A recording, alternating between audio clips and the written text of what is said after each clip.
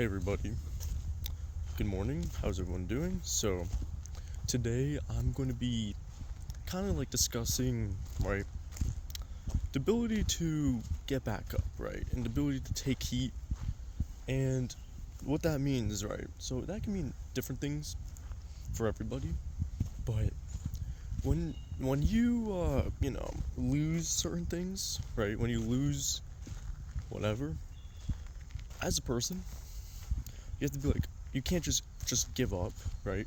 Because you can't lose if you don't give up. That's something that what's his name said it. It's not one of Kai Cenat's friends. I don't think it's Agent. What the hell is his name, dude? I don't know his name. I think it's Agent, but one of his friends said like, oh, like if you like don't quit, you can't lose, no matter what, you know. And it's true. You guys can't lose if you don't back down. This goes with everything, right? Like, for example, I was watching Monster Michael Todd's um, streams, right? Like, the day after his match. Like, I watched the match. I didn't watch it live, but I watched it. As he mentioned, he lost. So I'm like, okay, well, that's too bad. But he did do a good job. You gotta remember, he is in his 50s. His opponent was in his mid-30s, so, you know, you gotta understand there's a clear, you know, age difference. Right, and he's not like an age where like, oh, he's too young to be a good arm wrestler. Like, no, like he's 35. Like, he's been doing this for a while. You know what I mean? Like, when you're in like your mid 30s, bro, like that's like, I feel like that's like peak. Like, that's when like men's strength is like at their best till 40. So he's in like the prime of his life for like strength sports. Right. This goes with strength, endurance, etc. Not so much sprinting and endurance one you can actually. Again, we're made to be endurance animals, like having really, you know, arm wrestling is very endurance based, so there's that. But, you know, I get it, everyone's on gear and stuff, but you gotta remember too, like, Monster Michael Todd is in his 50s, there's a clear age difference, there's a 16-year age difference. But, you know, we'll look into their stats, right?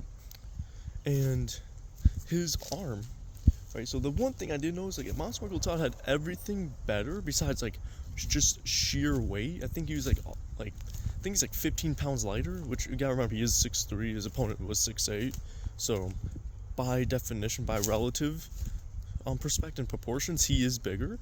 His wrist is like almost an inch bigger, but here's the thing, his forearm itself is actually almost an inch smaller, right?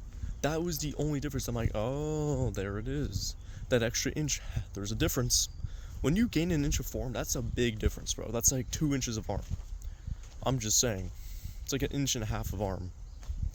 And now, like, dude, Vital used to be pretty skinny for a while, like you know, and he wasn't doing so well. But now he's a threat. You know, now he poses like he's imposing now. Like, he had a really good match with Michael Monster Todd. You know, but you know, even him, like his stream, Monster Michael Todd, he's back into work. You know, he's just doing some recovery training, nothing crazy. You know, he's at a hotel still. He's gonna fly back home to his home gym and start probably fresh today. I'm not today, tomorrow actually. He's gonna start fresh tomorrow, I feel like. You know, he's gonna get back into everything, you know, do what he usually does. But he had a great match, I feel like. I know people are like, oh, like, you know, King's move, whatever, but it's like, dude, like, he didn't break any of the rules. No matter like how much you don't like certain things about it, like, doesn't mean that it's against the rules, you know. But yeah, man, but it is good to be, you know, it's good to make some videos. Like, you can't lose as a person. Like, here's the thing now, like, this channel is gonna be directed towards just, about winning. It's all about, like, not just about winning, bro, but it's also about not quitting. You can't quit, guys, okay? You have to still make efforts. Just because you're not, conquering every day, you still have to make an effort, right? There's battles, there's a war, right? And I know it's very cliche, stuff everybody's heard of, all the TikTok edits, all the things, but at the end of the day, right, each day gives you a different result, right? Whatever you do, it's gonna be a different result, but your body too, you know, tells you, it gives you messages. It's like, hey, I can only do this much today. I'm kind of, you know, we're not feeling too strong. Maybe you're depleted that day, right? And this goes with everything, bro, you know? Some days at work are just gonna freaking suck, right? I had some sucky days at work, you know? The 1 p.m. to the almost 10:30 p.m. every night for, 6 days in a row. You know, it's kind of brutal, man, you know? 9 times 6 is what, 54? And it was the worst hours of the day. Like, if it was like 6 a.m. to like 3 p.m., like, okay, I can do that, you know? I would have, But the thing is that, like, I was always up at night. All I saw was darkness, dude. All I saw was darkness for 6 months of my life. And it changes you as a person. It's like, in a way, not in a bad way, it changed me in a good way. I'm like, man, like, this was good. 6 months of my life, I was working average 54 hours a week. And, I didn't really get to do much this summer. Well, that's also because I was kind of lazy. I could have done much more, man. Oh my goodness, like, but the thing is, I'm very to myself. You don't really see me out of the house often. I know I'm just walking back in circles, but, it is nice out today. It is Mother's Day. So if you guys, have a mother, or, who you see as a mother, or if you don't, I'm sorry to hear that. But, wish your mom happy Mother's Day. It may seem effortless to say, and, like, maybe give her a card and stuff, but, she does cherish, your mother does cherish those things. Like, I was able to buy my mom, like, secretly, like, a car yesterday with my own money, which feels good, man. I don't, I'm not trying to make my dad pay for it. Like, dude, whatever. I'm gonna, it's once a year, bro. I'm not gonna be like, ooh, about money, bro. Like, big deal. I'll just DoorDash. Who cares?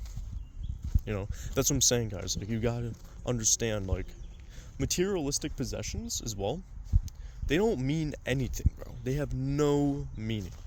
And the reason why I'm saying that is because the things that have meaning, bro, are the people around you. Unless those things are actually for, like, success, like, let's say you work out, you need, like, stuff to train and whatnot. You play basketball player, you need basketball stuff. But if you're just having stuff just to have stuff, just to either flaunt it to people, or you just want to have it just to have it, because you like having stuff, that's just, like, means nothing. Because, especially if you're, like, one of those pack rat people, that, sorry about the noise in the back, but that right there, that's, you'll never, that's just a clear example of never satisfied. You will never be satisfied. You, like, no amount of cars, supercars you have, right, Louis Vuitton bags, whatever the hell it is, video game stuff, it will never, ever make you fully satisfied. Sure, you may be like, oh, no, it does, but it's like, yeah, but you keep buying more stuff, so, like, are you actually satisfied?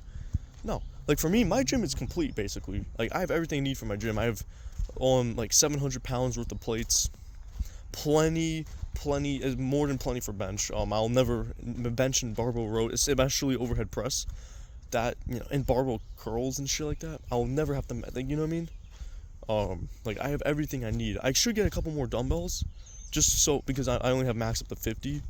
I mean, I go to a gym right now, but, like, I need dumbbells, bro. Like, dumbbells are crucial for my development. But, yeah, also, too, guys, like, for me, like, I sold, my Pokemon stuff, right? And I'm gonna have to come to my brother and be like, hey, listen, like, I did sell the Pokemon stuff. He's not gonna be happy to hear it, but I'm gonna have to do it. It's gonna be painful as hell, but I'm gonna have to do it. I'm gonna really have to do it. I'm like, listen, I'm like, hey, listen, I'll pay you back, whatever, not a big deal. I'll just DoorDash.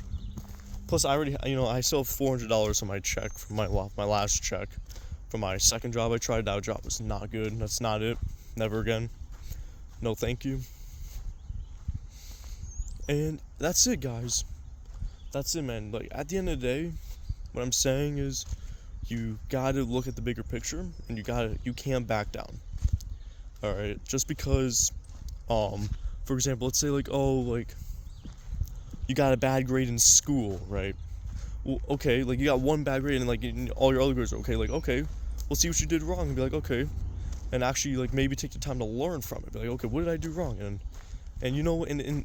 let's not go into technical stuff like, oh, well, you did this math problem. It's not about that. It's about, what could I have done better? Should I studied more? Should I have done more weak point training? I failed a couple of my tests in high school.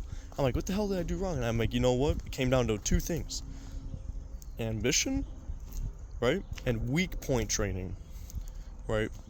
So ambition, obviously, you need It's more than that. You just need discipline, right? It's fuck the ambition shit, bro. All that nonsense, the motivation. It's not about that. It's about just doing it anyways, right? Because trust me, it feels so good when you do it. It's like for me, I get the biggest like dopamine release when I like get something done that sucks ass. Like, okay, cool, we got it done. Like my friend's car, like we're like having issues. I'm like, okay, well obviously you need tires pressure. Well, you need air in your tires, and we got to figure out why your car's stuck in high RPMs. And as it turns out, and she drove it 3 minutes down the road, so obviously plenty enough time for the car to shift up, upshift, like as she increases speed. She was telling me, so yeah, like the car it's way better, because she put it in manual mode where you can upshift the car manually if you want to. I don't know why cars do that. I think it's like if you're like going off-road, because you gotta remember, like Subaru cars, they're off-road vehicles kind of, I feel like. But I don't know, some cars have that feature just if you're like in the woods or some shit, but for daily driving, just put it in drive. And the other thing was like, I told her like, okay, this is where you read your gear. And she did the thing, she said, oh, like I see this, it's showing 1. Then I put in D for drive, figured out, I'm like, okay, cool, see. Like not that I didn't really want to, but the thing is, if we want to like do stuff and whatnot, and if she wants to like drive her car and like we can do stuff like go places or whatnot, we have to understand like, okay, we have to fix this problem. Like we can't just drive the car like this. Like that's not how this is gonna work. You need to drive your car properly. So we figured the problem, and it turns out, and it's a little confusing at first. You may think you need to move it all the way to the left, but if it shows the upshift and downshift symbols, move it to the right a little bit. Put in drive, and plus the car will indicate if you're in drive or not. But that's what happens when you're so used to like a new modern car, let's say modern, where it has like a big tablet, everything is like easy to see, like it's super simplified. But back then, bro, like you need like technical skills, you need motor skill, like you just need to learn to read the room, right? It's like, okay, well obviously like I never drove this car before, so like I need to make sure I'm in drive, so I'm not just driving in first gear down the highway, because that's terrible for transmission and your engine and your transmission fluid. You're overheat, because the high RPM at 60 miles an hour, that's going to overheat your fluids for prolonged periods of time. There's nothing wrong for acute, like high RPM like incidents or like intervals, we should say. But you cannot, guys, drive a car like that going. You know what I mean? Like you gotta be like, okay, obviously something's wrong. Put air in her tires, so we fixed that problem. I brought my pressure gauge. That was easy enough. We did that at the gas station because my air compressor is fucking stupid. So, no, man, I'm glad that we did that. I don't know, man. I just gotta I need to get out of my my little my rut. Meaning I need to do more stuff. Like there's so much I gotta do, and I'm just not taking action, and that's killing me. So at the end of the day, guys, you can't back down. Just don't back down, guys, okay? That's my main message. Like yesterday, or the other day, I'm like, oh, with the car, I'm like, forget about it. Like, no, we have to, figure this out, right? It's one thing if it's, more complex issue. Like, I can understand, okay, that takes more time, and, because, her other part, her uncle came over and stuff, and he was like, oh, the car runs fine. And I'm like, okay, there's one thing I can think of. One, it's either A, not in drive, it's in first gear, it's manual mode, right? And that was my guess. I'm like, it has to be. And when she did that, she's like, oh, the car drives really smooth now. I'm like, there you go. So the only thing she needs done is her brakes and oil, which I can't believe how cheap her oil changes at it's because it's her family shop, her grandfather's shop or whatever. So she'll just bring it there. They'll give her a big discount. They'll just do the brakes and the fucking oil, easy as that. Because you gotta remember, buying the oil, the filter, that type of shit is really, it's actually not that cheap. Literally her oil change is $40. $40, bro, fuck. And the brakes are gonna be a couple $100 at most. No, I don't know about that. Depending on what brakes has to be done. Probably all of them. But yeah, that's it, guys. Though that's all I have to say. Nothing major, nothing. You know what I mean? Just basics. I feel like just never backing down, right? That's the main thing. You can't quit. Okay, let's say you lose it all. Like my physique, like I went from like 155 pounds, you know, pretty like in decent. I wouldn't say like bone shred, but I would still say shredded, right? Because I'm usually in a bone shredded state at all times. Like my 10 pack is pretty much showing, but what am I gonna say? But here's the thing, right? I went down to like 130 pounds, bone dry. And not even bone dry, just like I lost like muscle mass. I looked, I was in the same. I lost a good, solid 25 pounds, bro, when I worked. You know, and I lost, and then my shoulders started to get injured because like, dude, the muscle imbalances, like my muscles just got weaker, size loss. Just I had a lot of work to do. Now my shoulders are like doing really good, way better. I don't feel pain, you know. So that's it, guys.